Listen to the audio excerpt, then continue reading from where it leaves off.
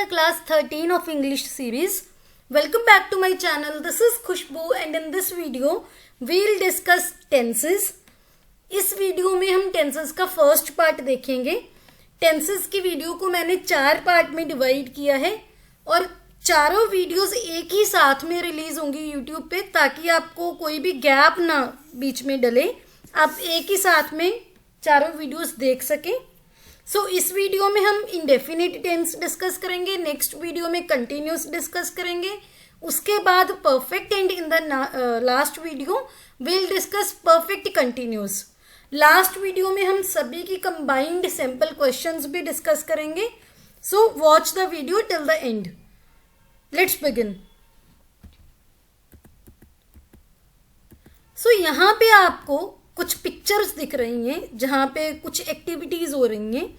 ये पिक्चर्स मैंने यहाँ पे क्यों इंक्लूड की हैं, आपको ये चीज़ समझाने के लिए कि कोई भी एक्शन होता है या कोई भी एक्टिविटी होती है उसका डिफरेंट टाइम फ्रेम होता है. कोई एक्टिविटी प्रेजेंट में होती है, कोई पास्ट में हो चुकी है, कोई फ्यूचर में होने वाली है, और प्रेजेंट में भी कोई चीज़ होती है, दैट मीन्स कोई रूटीन है, कोई चीज़ कंटिन्यूटी में हो रही है. तो दैट्स वाई ये पिक्चर्स मैंने इंक्लूड करके आपको मैं बताती हूँ. जैसे फर्स्ट पिक्चर है a man is going somewhere with his pet.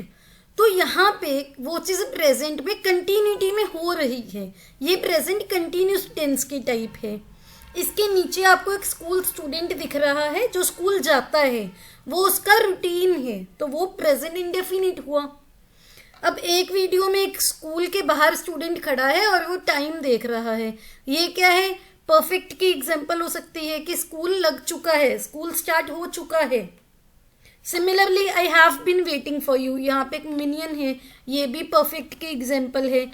तो जब भी कोई भी एक्शन है उसके हम टाइम की बात करें, उसके स्टेट की बात करें, तो उनको डिफ्रेंशिएट करने के लिए हम टेंसेस का यूज करते हैं. Tense denotes the time of action as well as state of action. Tense से आपको एक्शन के टाइम का भी पता चलता है और स्टेट का भी पता चलता है. सो इन दिस वीडियो हम इंडेफिनिट डिस्कस करेंगे, present indefinite, past indefinite and future indefinite. So सबसे पहले अगर हम टेंसेस की क्लासिफिकेशन की बात करें, टाइम के अकॉर्डिंग हम उनको 3 टाइप में डिवाइड करते हैं. The first one is present, the next one is past and the next one is future. अब प्रेजेंट क्या है, वर्तमान. जो भी चीज़ें वर्तमान में होती हैं या हो रही हैं वो क्या है, प्रेजेंट फॉर्म है. जो चीज़ भूतकाल में हुई या फिर हो चुकी उसको आप पास्ट टेंसेस के फॉर्म में डिनोट करते हो. अगर कोई चीज़ होगी, होने वाली है, या फिर हम बात करें कि वो चीज़ फ्यूचर में हो चुकी होगी, तब हम बात करते हैं फ्यूचर टेंस की. अब हम बात करते हैं इनकी सब टाइप्स की. जैसे मैंने एग्जांपल लेते हैं, मैं स्कूल जाता हूँ, ये क्या है, प्रेजेंट इंडेफिनिट. मैं स्कूल जा रहा हूँ, ये क्या है, प्रेजेंट कंटिन्यूस. सो सिमिलरली इनकी 4 सब टाइप्स हैं. The first one is indefinite, second one is continuous, third one is perfect and last one is perfect continuous. So इनको कंबाइन करके इनके 12 टाइप्स बनते हैं. कौन कौन सी, present indefinite, present continuous, present perfect, present perfect continuous, past indefinite, past continuous, past perfect, past perfect continuous. Similarly 4 types हैं जो फ्यूचर के साथ कनेक्ट होती हैं. So present indefinite, past indefinite और फ्यूचर इंडेफिनिट यहाँ पे हम देखते हैं. प्रेजेंट इंडेफिनिट की अगर बात करें, कहाँ पे हम इनको यूज करते हैं, ये यूज होता है कोई भी रूटीन एक्शन को शो करने के लिए. कोई भी रूटीन एक्शन होता है, कोई रेगुलर है, कोई इरेगुलर है. कैसे, जैसे मैं स्कूल डेली जाता हूँ, तो वो क्या है, रेगुलर एक्शन. इरेगुलर एक्शन क्या है, मैं वंस अ वाइल टेम्पल जाता हूँ, तो वो क्या है आपका रूटीन, लेकिन वो इरेगुलर है, वो आप डेली नहीं जा रहे वहाँ पे. कोई भी आपने किसी की हैबिट बतानी है, कोई आदत बतानी है, वहाँ पे भी आप प्रेजेंट इंडेफिनिट यूज करोगे. किसी यूनिवर्सल ट्रुथ की बात करें, वहाँ पे भी आप प्रेजेंट इंडेफिनिट की बात करोगे. अगर हम न्यूज़पेपर हेडलाइंस की बात करें या फिर स्पोर्ट्स टूर्नामेंट के टाइम जो कमेंट्री होती है वहाँ पे भी अगर आप कभी नोटिस करो तो प्रेजेंट इंडेफिनिट टेंस यूज होते हैं। प्रेजेंट इंडेफिनिट का एक और इम्पॉर्टेंट यूज है कि जब भी नियर फ्यूचर में, दैट मीन्स कमिंग टाइम में, बहुत ही जल्दी कोई एक्शन प्लान्ड हो, उस चीज़ को एक्सप्रेस करने के लिए भी आप प्रेजेंट इंडेफिनिट का यूज करते हो। यहाँ पे एक और चीज़ आपको नोट करनी है कि जो इंडेफिनिट टेंस है इसको सिंपल टेंस भी बोलते हैं, जैसे simple present tense, simple past tense and simple future tense.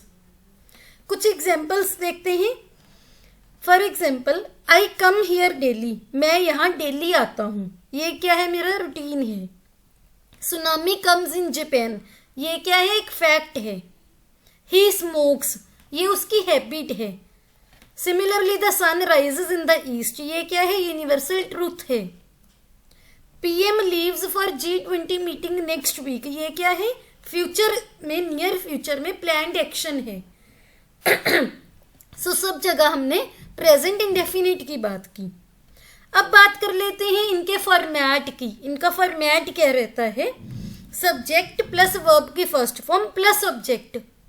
अब सब्जेक्ट क्या है, ऑब्जेक्ट क्या है, ये हमने लास्ट वीडियो में सेंटेंस में डिस्कस किया था। आपने अगर वो वीडियो नहीं देखी उसका लिंक डिस्क्रिप्शन बॉक्स में होगा, वहां पर जाकर आप देख सकते हैं।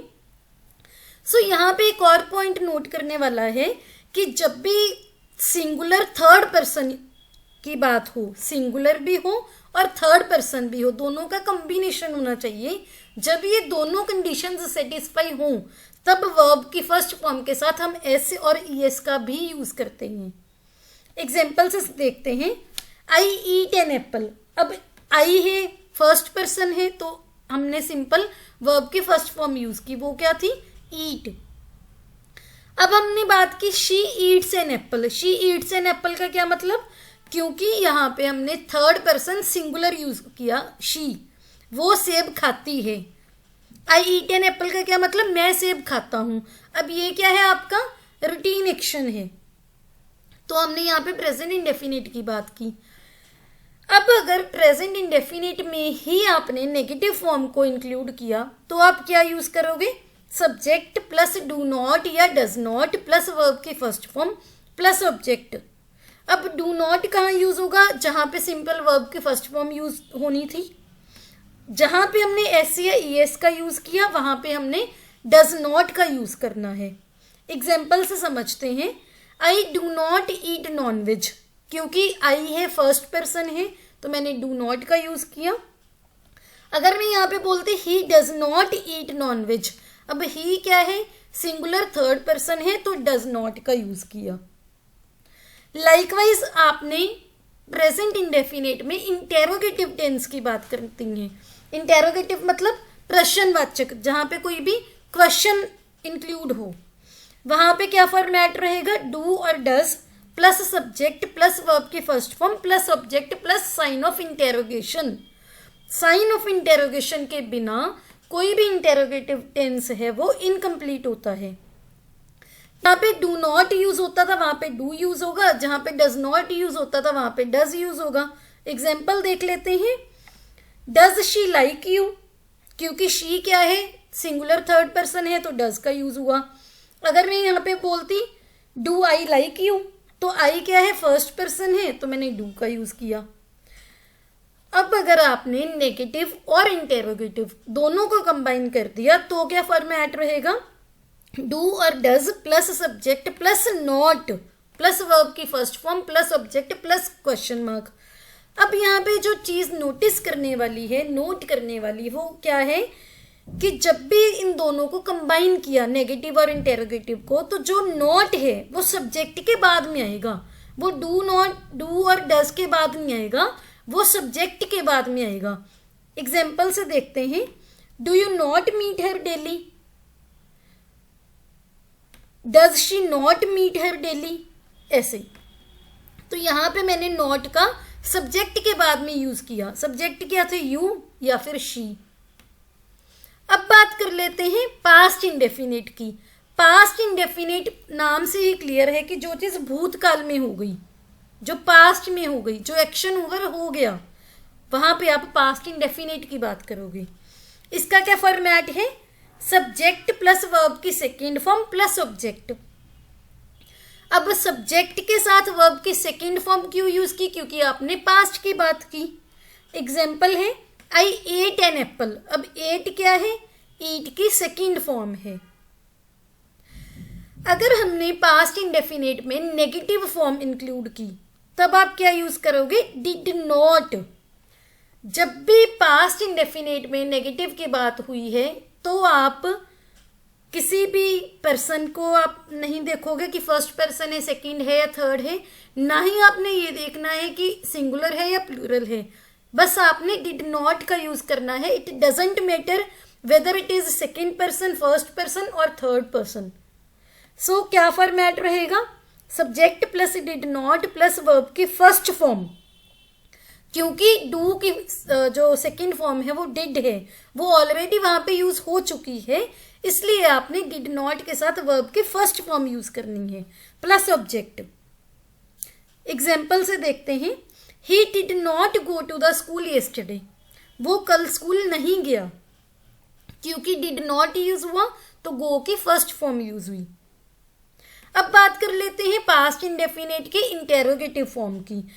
पास्ट इंडेफिनिट की इंटेरोगेटिव फॉर्म का फॉर्मेट रहता है did plus subject plus verb की first form plus object plus sign of interrogation.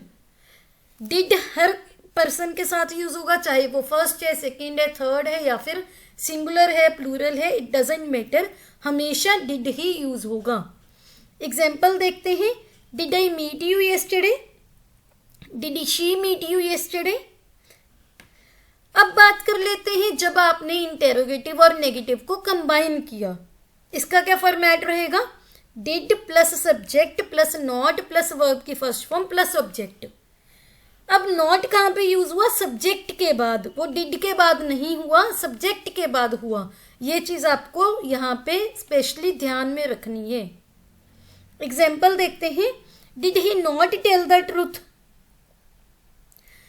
अब बात कर लेते हैं फ्यूचर इंडेफिनिट की। कोई भी एक्शन जो फ्यूचर में होगा वहां पे क्या यूज होगा? Future indefinite tense. इसका क्या फॉर्मेट है? अफर्मेटिव की बात करें तो उसका फॉर्मेट रहता है सब्जेक्ट प्लस विल और शेल प्लस वर्ब की फर्स्ट फॉर्म प्लस ऑब्जेक्ट। अब कहाँ पे विल यूज होगा, कहाँ पे शेल यूज होगा, ये भी हम प्रीवियस वीडियोस में डिस्कस कर चुके हैं, लेकिन यहाँ पे मैं दोबारा बता देती हूँ आपको। जब भी फर्स्ट पर्सन की बात होगी, चाहे वो सिंगुलर है चाहे वो प्लूरल है, तो क्या यूज होगा? शेल। अब फर्स्ट पर्सन कौन से हैं? आई और वी। जब भी सेकेंड पर्सन और थर्ड पर्सन की बात हो, चाहे वो सिंगुलर है चाहे प्लूरल है, तब क्या यूज होगा? विल। एग्जाम्पल्स देखते हैं। I shall go to the party. अब आई फर्स्ट पर्सन है तो शेल यूज हुआ। They will go to the party, ये क्या है? प्लूरल थर्ड पर्सन है तो विल यूज हुआ। अब यहाँ पे सिंगुलर थर्ड पर्सन होता तो भी विल यूज होता। Example is she will go to the party. Next इसका नेगेटिव फॉर्म देखते हैं। फ्यूचर इंडेफिनिट में जब आपने नेगेटिव फॉर्म की बात करनी है तो क्या रहता है? सब्जेक्ट प्लस विल और shell plus not plus verb की फर्स्ट फॉर्म प्लस ऑब्जेक्ट। यहाँ पे विल और शेल के साथ नॉट ऐड हो जाएगा। जहां पे विल यूज होता था वहां पे विल नॉट, जहां पे शेल यूज होता था वहां पे शेल नॉट। एग्जाम्पल देखते हैं। We shall not move to Delhi. She shall not she will not move to Delhi. अब इसमें इंटेरोगेटिव की बात करें तो उसका क्या फॉर्मेट रहता है? शेल और will plus subject plus verb की first form plus object plus sign of interrogation. अब विल कहाँ पे यूज होता था वो आपको पता है, यहाँ पे उनके साथ विल यूज करना है। जहाँ पे हमने शेल यूज किया था यहाँ पे भी उनके साथ शेल यूज करना है। एग्जाम्पल देखते हैं। Will you please come with me? तो यहाँ पे हमने इंटेरोगेशन का यूज किया जिसके बिना इंटेरोगेटिव टेंस इनकम्प्लीट है। अब हमने नेगेटिव और इंटेरोगेटिव दोनों को कंबाइन करना है। उसकी क्या फॉर्मेट रहेगी? शेल और will plus subject plus not plus verb की first form plus object plus sign of interrogation. यहाँ पे भी आपने ये चीज नोटिस की होगी कि जो नॉट है वो सब्जेक्ट के बाद में आया है। इसकी क्या एग्जाम्पल है, will he not give his notes. I hope आपको ये चीजें समझ आ गई होंगी, कोई भी क्वेरी नहीं होगी। अगर कोई भी क्वेरी है आप कमेंट सेक्शन में मुझसे पूछ सकते हैं।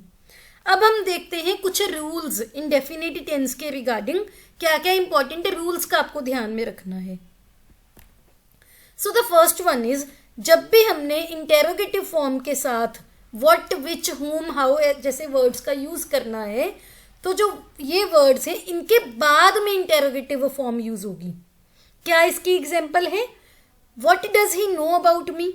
अब जो व्हाट है इसके साथ आपने does he know about me, ये पूरा टेंस साथ में इसके अटैच कर दिया, लेकिन ये व्हाट के बाद में हुआ। अब यहाँ पे एक और जो रूल इंपॉर्टेंट आपको ध्यान में रखना है कि जो व्हाट है जब ये एज अ कंजंक्शन यूज होगा दो टेंसेस को ज्वाइन करने के लिए, तब हम व्हाट के बाद नॉर्मल सेंटेंस यूज करेंगे। कैसे, एक एग्जाम्पल से समझते हैं। I do not know what he knows about you. अब यहाँ पे व्हाट के बाद क्या यूज हुआ, ही नोज अबाउट यू। ये क्या है, नॉर्मल सेंटेंस है। नेक्स्ट हम बात करते हैं, जब भी दो सब्जेक्ट हो एक सेंटेंस में, तब जो वर्ब है वो किसके बेसिस पे डिसाइड होगी। सो जब भी किसी सेंटेंस में मल्टीपल सब्जेक्ट होंगे तो जो वर्ब है it should always agree with the main subject. जो मेन सब्जेक्ट है उसके अकॉर्डिंग वर्ब यूज होगी। कैसे, एक एग्जाम्पल देखते हैं। The appeal of the victims to transfer the cases related to rights to some other states does not affect the merit of the case। अब यहाँ पे मल्टीपल सब्जेक्ट्स हो रहे हैं यूज, तो हमने जो डज नॉट यूज किया है वो किसके अकॉर्डिंग यूज किया, अपील के अकॉर्डिंग। क्यों, क्योंकि जो यहाँ पे मेन सब्जेक्ट है वो अपील है। बहुत सारे स्टूडेंट्स यहाँ पे कंफ्यूज होते हैं कि जो स्टेट्स है ये प्लूरल है तो डू आना चाहिए था, डू नॉट नहीं। जहाँ पे जो मेन सब्जेक्ट है वो है अपील, वो सिंगुलर है, इस वजह से यहाँ पे डज नॉट का यूज हुआ। अब अगले रूल की बात करते हैं। जब भी कोई भी सेंटेंस इट्स टाइम या इट्स हाई टाइम ऐसे फ्रेजेस के साथ स्टार्ट होता है और उसके इमीडिएटली बाद क्या आता है, सब्जेक्ट, तो हमेशा हमेशा वहां पे जो वर्ब यूज होगी वो सेकंड फॉर्म यूज होगी। कैसे, एक एग्जांपल देखते हैं। It's time you studied. अब ये सेंटेंस कहाँ से स्टार्ट हुआ, इट्स टाइम से। इसके बाद क्या आया, सब्जेक्ट। सब्जेक्ट क्या है, यू। अब इसके बाद वर्ब की कौन सी फॉर्म यूज होगी, सेकंड, वो क्या है, studied. It's time you studied. Next बात करते हैं, जो डू, डज, डिड ये वर्ड्स हैं, ये पॉजिटिव सेंटेंस में कभी भी हेल्पिंग वर्ब की तरह नहीं यूज होते, लेकिन जब इनको हमने मेन वर्ब को एम्फेसिस करने के लिए यूज करना है तो ये मेन वर्ब के साथ हेल्पिंग वर्ब की तरह यूज होते हैं। कैसे, you do come here every day. अब यहाँ पे जो डू है उसने कम को एम्फेसिस किया कि आप यहाँ आते हो। एक चीज और यहाँ पे ध्यान रखनी है कि ऐसे सेंटेंसेस में जो वर्ब की फॉर्म है वो फर्स्ट फॉर्म यूज होगी। एक और एग्जांपल देखते हैं। She did make a mistake. अब डिड के साथ क्या यूज हुआ, मेक, वो क्या है, फर्स्ट फॉर्म है। आई होप आपको इंडेफिनिट टेंस में कोई भी क्वेरी नहीं होगी, आपने रूल्स भी देख लिए। नेक्स्ट पार्ट में हम नेक्स्ट टाइप डिस्कस करेंगे। See you in the next video.